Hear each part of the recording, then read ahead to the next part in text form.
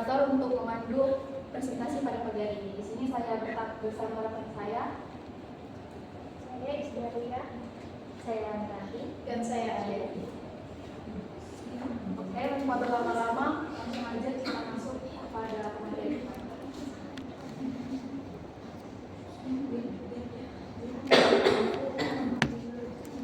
Baik teman-teman, untuk ruang lingkup yang saya bahas di sini ada beberapa sih. Pertama itu ada pengertian, kedua klasifikasi, ketiga itu ada indikator pembiayaan, keempat itu ada perlakuan akuntansi leses, kelima itu ada perlakuan akuntansi lesor, yang keenam itu ada penyajian dan pengungkapan, yang ketujuh itu ada perbedaan PSAK 30 dan PSAK 73. Untuk kesimpulan itu akan dibacakan oleh moderator. Pertama, di sini ada definisi.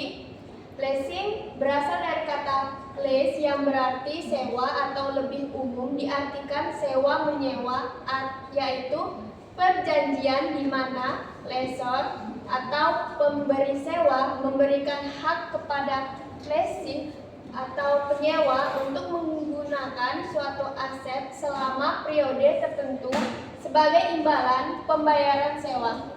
Istilah sewa pada pembahasan ini dulunya dikenal sebagai sewa guna usaha atau leasing. Selanjutnya ada klasifikasi.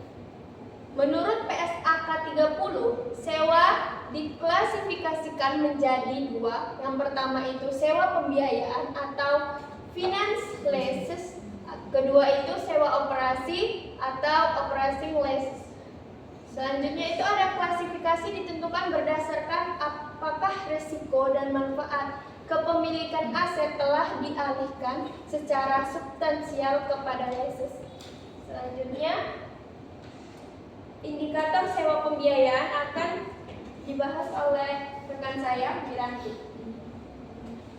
Baik, di sini saya akan mempresentasikan tentang indikator sewa pembiayaan. Untuk indikator sewa pembiayaan, suatu sewa dikategorikan sebagai sewa pembiayaan. Yang pertama, yaitu kepemilikan aset berpindah di akhir masa sewa. Nah, ketika masa sewa tersebut telah di akhir masa sewanya akan dipindahkan kepada yang menyewa. Yang kedua, terdapat opsi pembelian dengan harga murah. Nah, karena memberikan sewa dengan di akhir sewa itu akan beralih kepemilikan, maka terdapat opsi pembelian dengan harga yang lebih murah. Yang ketiga, masa sewa mencakup sebagian besar umur ekonomis aset. Yang keempat, nilai kini pembayaran sewa mendekati nilai wajar aset. Yang terakhir, ada aset bersifat khusus. Selanjutnya, perlakuan akuntansi sewa pembiayaan atau finance lease. Lease atau penyewa harus yang pertama mengakui aset sewa dan kewajiban sewa sebesar nilai kini pembayaran sewa. Yang kedua, mengalokasikan pembayaran antara beban bunga dan juga pelunasan pokok. Yang ketiga, menggunakan metode suku bunga yang efektif. Keempat, menyusutkan aset sesuai kebijakan penyusutan. Di bagian lessor atau pemberi sewanya harus yang pertama menghentikan pengakuan aset. Jadi ketika aset sudah beralih kepemilikan, pemberi sewa harus menghentikan pengakuan aset tersebut. Yang kedua, mengakui piutang sewa sebesar investasi neto. Yang terakhir, mengakui pendapatan bunga menggunakan metode suku bunga efektif. Untuk selanjutnya akan dilanjutkan oleh rekan saya. Tadi kita sudah mendengarkan perlakuan akuntansi dari sewa pembiayaannya. Sekarang kita masuk ke perlakuan akuntansi sewa operasi atau operasi leasing. Nah, yang dari slide yang ini kita akan lihat dari segi lessee dan segi lessornya. Yang pertama, lessee atau penyewa. Nah, adapun perlakuan akuntansi sewa operasi dari lessee ini yang pertama, tidak mengakui aset dan liabilitas atau utang. Yang kedua, pembayaran sewa diakui sebagai beban secara garis lurus selama masa sewa. Selanjutnya, dari perlakuan akuntansi di bagian lesor atau pemberi sewa. Pada bagian lesor, aset tetap dicatat dalam neraca lesor. Yang kedua, disusutkan seperti aset tetap lainnya. Dan yang terakhir, pendapatan sewa diakui secara garis lurus selama masa sewa. Lanjut, penyajian dan pengungkapan. Entitas yang harus mengungkapkan hal itu yaitu yang pertama, kebijakan akuntansi sewa, lalu jumlah pembayaran minimum sewa, rincian jatuh tempo kewajiban, dan yang terakhir, nilai tercatat aset sewa.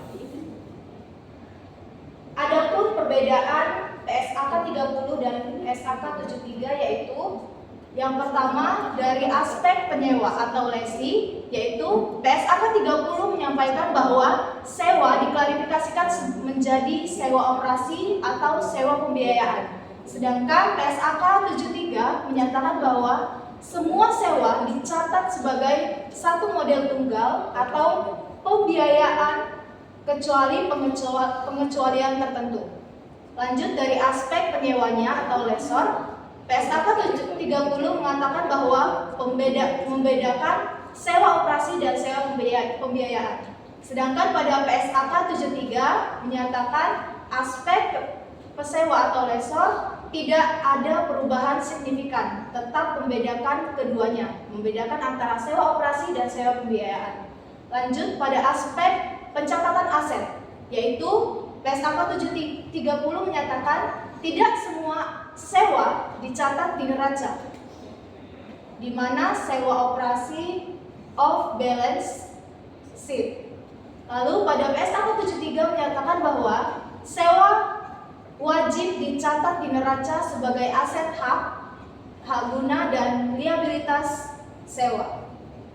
Lanjut pada aspek transparansinya, PSAK 30 menyatakan bahwa kewajiban sewa operasi tidak terlihat di laporan keuangan. Pada PSAK 73, seluruh kewajiban sewa terlihat jelas di laporan keuangan. Pembeda terakhir yaitu pada aspek dampak rasio keuangan. Pada PSAK 30 menyatakan bahwa rasio utang relatif lebih rendah karena sewa operasi tidak masuk neraca. Pada PSAK 73 menyatakan bahwa rasio utang meningkat karena semua sewa masuk neraca.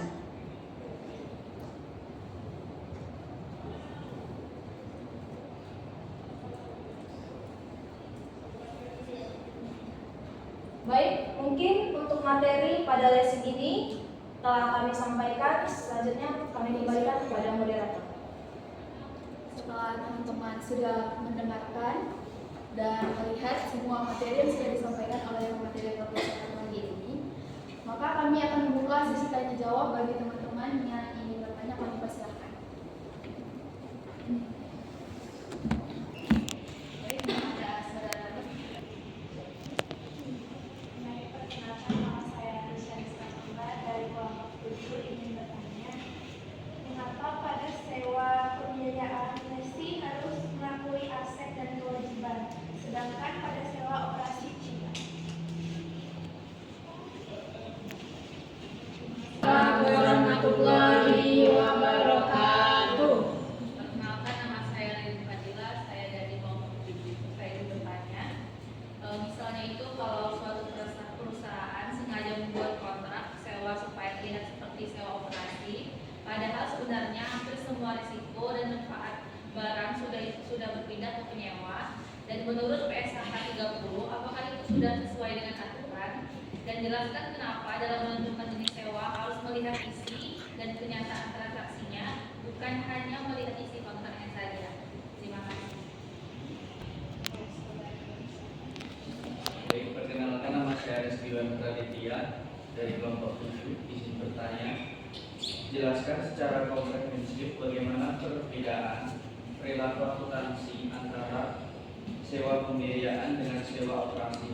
Menurut PSAK 30 dapat mempengaruhi total aset, total liabilitas, dan beban dalam laporan keuangan. Kemudian analisis mengapa pendekatan dalam PSAK 73 dianggap lebih mencerminkan substansi ekonomi transaksi dibandingkan PSAK 30? Terima kasih. Baik, apakah ada pertanyaan lagi? Baik, terima kasih teman-teman atas pertanyaan yang sudah diberikan. Saya sebagai moderator akan mengembalikannya kepada materi untuk jawab pertanyaan dari masing-masing. Baik, saya akan menjawab pertanyaan dari Mbak Rizka. Pertanyaannya yaitu, mengapa pada sewa pembiayaan lesi harus mengakui aset dan kewajiban, sedangkan pada sewa operasi tidak? Jawabannya yaitu, pada sewa pembiayaan, lesi mengakui aset dan kewajiban karena secara substansi, risiko, dan manfaat kepemilikan telah berpindah, sehingga transaksi diperlukan seperti pembelian kredit. Sedangkan pada sewa operasi, risiko dan manfaat tidak berpindah, sehingga hanya diakui sebagai beban sewa tanpa mencatat aset dan liabilitas. Apakah jawabannya bisa membantu? Bisa. Terima kasih.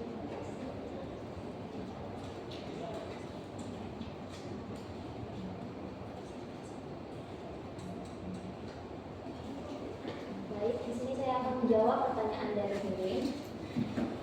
Menurut PSAK 30 klasifikasi, sewa harus didasarkan pada substansi ekonomi, bukan hanya bentuk kontrak. Jika secara kenyataan risiko dan manfaat telah berpindah kepada penyewanya, maka sewa tersebut harus diklasifikasikan sebagai sewa pembiayaan.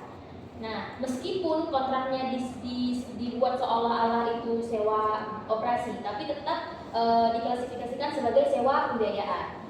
Hal ini dikarenakan akuntansi menekankan prinsip substance over form, yaitu transaksi dicatat sesuai realitas ekonominya agar laporan keuangan tidak menyesatkan yang ada di laporannya.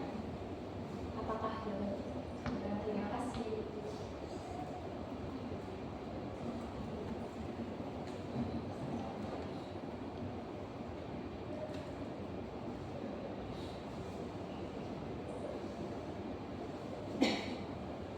Baik, saya akan menjawab pertanyaan dari saudara Iwan, di mana menyatakan bahwa klasifikasi perbedaan antara PSAK 30 dan PSAK 73. Pada PSAK 73 kita dapat lihat pada slide sewa pembiayaan. PSAK 30 menyatakan bahwa sewa pembiayaan menambah aset dan liabilitas serta bebannya, di mana terdiri dari bunga dan penyusutan. Yang kedua, sewa operasi, di mana tidak menambah aset dan liabilitas, hanya mencatat beban sewa. Akibatnya, total aset dan total utang pada sewa pembiayaan lebih besar dibandingkan sewa operasi. Pada PSAK 73 dianggap lebih mencerminkan substansi ekonomi karena hampir semua sewa diakui sebagai aset hak guna dan liabilitas, sehingga kewajiban sewa tidak lagi tersembunyi di luar neraca atau off balance sheet. Seperti itu. Apakah cukup menjawab, Pak? Oke, baik. Apakah ada pertanyaan lagi, teman-teman? Mungkin cukup ya. Kami kembalikan kepada moderator.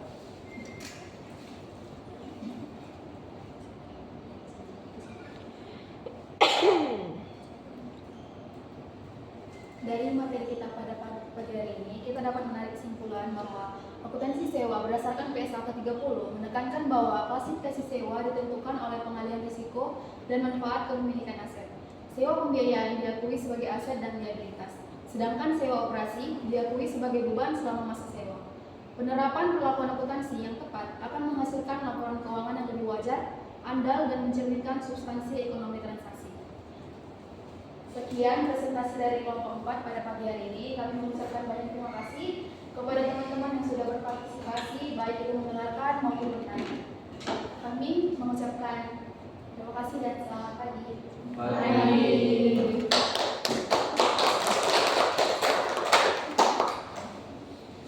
Lanjut kelompok 5.